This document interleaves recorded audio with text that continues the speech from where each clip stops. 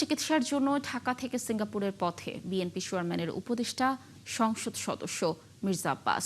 বেলা 11:20 তাকে বহনকারী এয়ার অ্যাম্বুলেন্সটি হজরত শাহজালাল আন্তর্জাতিক বিমানবন্দর থেকে সিঙ্গাপুরের উদ্দেশ্যে ছেড়ে যায়। তার পরিবারের সদস্যরা জানান, মির্জা আব্বাসের শারীরিক অবস্থা এখন কিছুটা স্থিতিশীল। মাহিলা ইসলামের রিপোর্ট। গেল বুধবার মধ্যরাতে গুরুতর অসুস্থ অবস্থায় বিএনপির বর্ষিয়ান নেতা মির্জা আব্বাসকে রাজধানীর এভারকেয়ার হাসপাতালে ভর্তি করা হয়। শুক্রবার তাকে দেখতে যান প্রধানমন্ত্রী তারেক রহমান। ওই দিনই তার মস্তিষ্কে 2 দফা অস্ত্রোপচার করা হয়। অবশেষে মেডিকেল বোর্ডের পরামর্শ অনুযায়ী মির্জা আব্বাসকে উন্নত চিকিৎসার জন্য পাঠানো হয়েছে সিঙ্গাপুরে। রোববার সকালে তাকে বহনকারী এয়ার অ্যাম্বুলেন্সটি ঢাকা ছেড়েছে।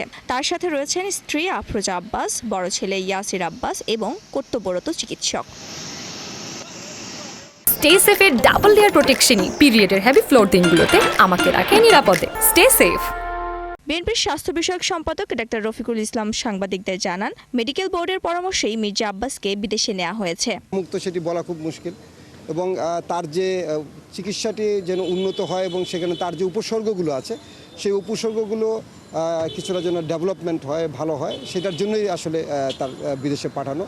তিনি জানান, প্রাথমিক পর্যায়ের সকল চিকিৎসা এভারকেয়ারে দেওয়া হয়েছে।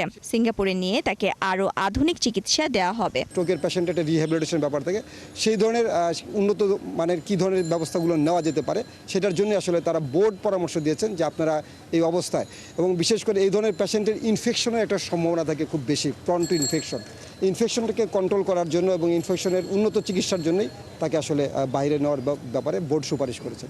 এ সময় তার স্বজনরা জানান, মির্জা আব্বাসের শারীরিক অবস্থা কিছুটা স্থিতিশীল রয়েছে। ডাক্তার বলেছে যে আপনার 10 থেকে 15 দিন সময় লাগবে পুরোপুরি সম্পূর্ণ আপনার সুস্থ হওয়ার জন্য। ন্যাশনাল নিউরোসায়েন্স ইনস্টিটিউট হাসপাতালে উনি চিকিৎসাধীন থাকবেন এবং ওনারও আপনারা ইতিমধ্যে জেনেছেন যে 2টা অপারেশন হয়েছে এভারকেয়ার হাসপাতালে, তো সেটা সফলভাবে হয়েছে। পরিবারের পক্ষ থেকে দেশবাসীর কাছে দোয়ার আবেদন করেছেন তিনি। মাহিলা ইসলাম, 71, ঢাকা।